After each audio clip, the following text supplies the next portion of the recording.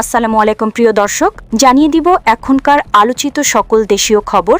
শুরুতেই জানিয়ে দেব সংবাদ শিরোনামগুলো। পেঁয়াজের দাম বাড়ার আভাস জানা গেল, কারণ আওয়ামী লীগের নেতাকর্মীদের গ্রেপ্তার করলে থানা ঘেরাওয়ের হুঁশিয়ারি হারুনের।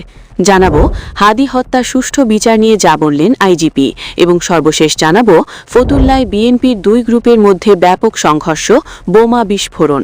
প্রিয় দর্শক, এতক্ষণ দেখছিলেন সংবাদ শিরোনামগুলো, এখন জানাবো বিস্তারিত খবর। পেঁয়াজের দাম বাড়ার আভাস জানা গেল। দেশে পেঁয়াজের চাহিদা অনেক, চাহিদা অনুযায়ী পেঁয়াজ উৎপাদন করা সম্ভব হয় না, যে কারণে ভারত থেকে সরকার পেঁয়াজ আমদানি করে। তবে এবার দেশের পেঁয়াজ চাষিদের কথা চিন্তা করে ভারত থেকে পেঁয়াজ আমদানির অনুমতি দেওয়া বন্ধ করে দিয়েছে সরকার। তবে পূর্বের আমদানির অনুমতি থাকা তা চলতি মাসের ৩০ জানুয়ারি পর্যন্ত আমদানি করতে পারবেন আমদানিকারকরা।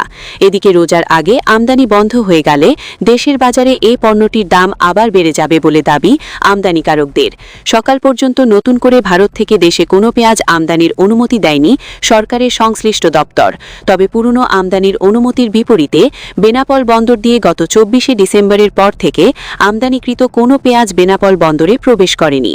সর্বশেষ গত ২৪ ডিসেম্বর ৬০ মেট্রিক টন পেঁয়াজ আমদানি হয়েছিল। গত ১৫ থেকে ২৪ ডিসেম্বর পর্যন্ত ৬টি চালানে ১৩টি ট্রাকে করে ৩৯০ মেট্রিক টন পেঁয়াজ আমদানি করে। বেনাপোল স্থলবন্দরের পেঁয়াজ আমদানিকারক রফিকুল ইসলাম রয়াল বলেন, দেশে পেঁয়াজের দাম ঊর্ধ্বমুখী হয়ে উঠলে দাম নিয়ন্ত্রণে সরকার পেঁয়াজ আমদানির অনুমতি দেয়। এর ফলে ৩ মাস বন্ধের পর আবারও গত ৭ ডিসেম্বর থেকে বেনাপোল স্থলবন্দর সহ দেশের বিভিন্ন স্থলবন্দর দিয়ে পেঁয়াজ আমদানি হচ্ছে। প্রথম দিকে আমদানির অনুমতির পরিমাণ কম দেওয়ায় চাহিদা তুলনায় পেঁয়াজ আমদানি হচ্ছিল না।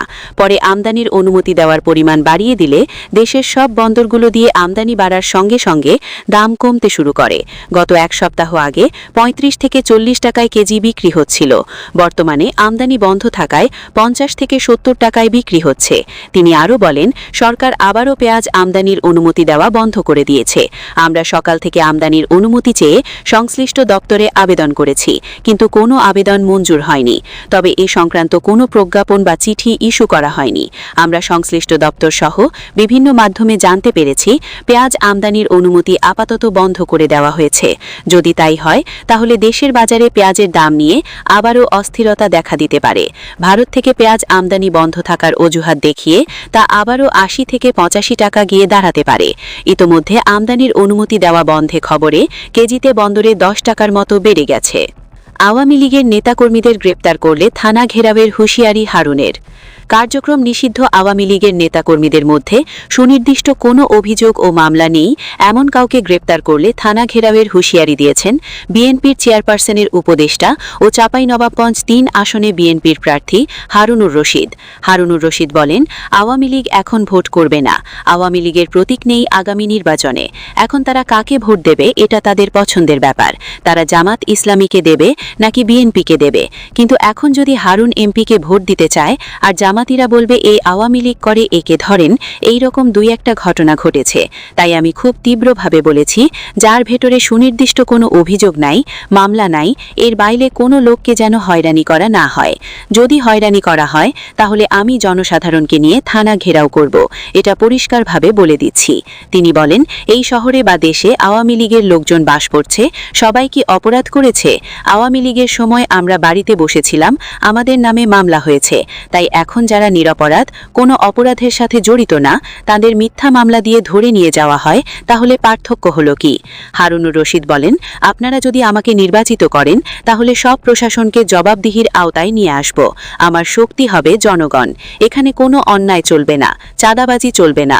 পরিষ্কার কথা, নিরপরাধ মানুষকে হয়রানি করা যাবে না। সুতরাং এখানে আমি বিএনপি করি বলে জমি দখল করব, হারুন এমপির কাছে লোক বলে যা ইচ্ছা তাই করব, এটা হবে না।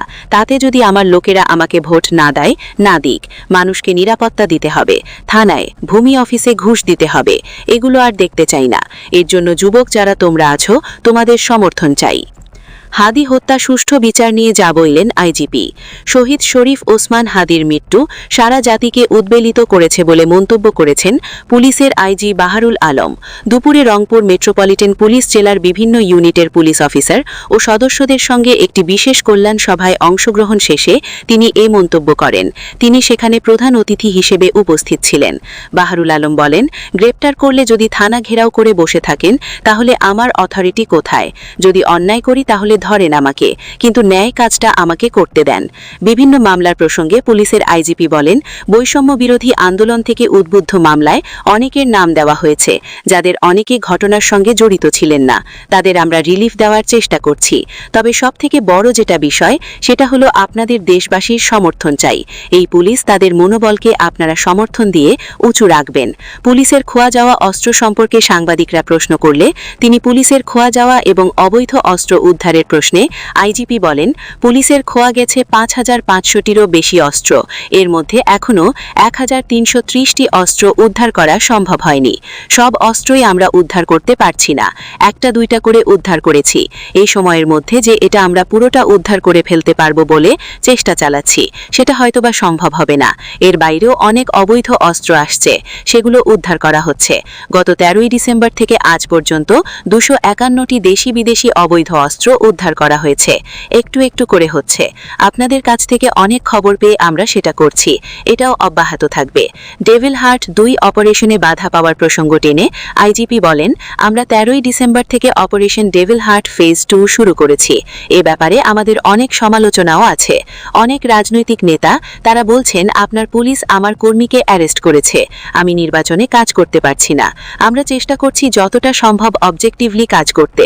যিনি পোটেনশিয়ালি একজন রিস্কি থ্রেট, যিনি potential threat for this election, আমরা চেষ্টা করছি তাকে আইনের আওতায় আনতে, তাকে গ্রেপ্তার করতে, অথবা যদি কারো নামে মামলা থাকে এবং তিনি অপরাধী, তিনি নির্বাচনকালীন সময়ে প্রতিটি কেন্দ্রে সিসিটিভি ক্যামেরা স্থাপন ও ঝুঁকিপূর্ণ কেন্দ্রে পুলিশের বডি ক্যামেরা ক্রয় প্রসঙ্গে আইজিপি বলেন, আমরা চেষ্টা করেছি সরকার এবং স্থানীয় সরকার মন্ত্রণালয় তারা যেন প্রতিটি কেন্দ্রে সিসিটিভি ক্যামেরা স্থাপন করেন। আমি যেটা শুনতে পেয়েছি যে সেটা তারা চেষ্টা করছেন, হয়তোবা হয়ে যাবে। এর অতিরিক্ত আমরা যে গুরুত্বপূর্ণ ঝুঁকিপূর্ণ কেন্দ্র ৮,০০০ এবং মধ্যম ধরনের ঝুঁকিপূর্ণ ১৬,০০০ কেন্দ্রে মোট ২৪,০০০ কেন্দ্রের পুলিশের কাছে আমরা বডি ক্যাম দেওয়ার একটা উদ্যোগ নিয়েছি। নিজে নিজে জেলার এসপি সাহেবরা বডি ক্যামগুলো কিনছেন এবং জেলা পর্যায়ে এর উপরে প্রশিক্ষণ চলছে। আমাদের সব চেষ্টা একটি সুষ্ঠু ভোটের পরিবেশ তৈরি করে। বাংলাদেশের ইতিহাসে প্রথম ইলেকশনের বিষয়ে পুলিশকে ট্রেনিং দেওয়ার কারণ উল্লেখ করে আইজিপি বলেন, আমাদের নানামুখী তৎপরতা আছে। আমরা পুলিশকে এক ধরনের প্রশিক্ষণ দিচ্ছি এই ইলেকশনটাকে কেন্দ্র করে। বাংলাদেশের ইতিহাসে ইলেকশন করার জন্য কখনো পুলিশকে প্রশিক্ষণ দিতে হয়নি, কারণ এর আগে ১৫ বছরে অনেক পুলিশ নতুনভাবে নিয়োগপ্রাপ্ত হয়েছেন। আগের ১৫ বছরে যে ইলেকশনগুলো ওনারা দেখেছেন সেগুলোর উপরে মানুষের আস্থা নাই, যে কারণে নির্বাচনে কিভাবে কাজ করতে হবে সে নিয়ে সব পুলিশের স্বচ্ছ ধারণা ছিল না। সেটা আমরা চেষ্টা করেছি এবং প্রশিক্ষণের মাধ্যমে ১,৫০,০০০ পুলিশ সদস্যকে আমরা প্রশিক্ষণ দেওয়ার টার্গেট নিয়েছি। গত বৃহস্পতিবার পর্যন্ত আমরা ১,৩৩,০০০ জনকে সেটা আমরা দিতে পেরেছি। আগামী ২০ তারিখের মধ্যে সবাইকে প্রশিক্ষণ দিয়ে সমাপ্ত করতে পারব। তিনি বিগত দিনের পুলিশি ব্যবস্থা প্রসঙ্গে বলেন, আগে পুলিশের নানান ধরনের অনেক বিচ্যুতি ছিল।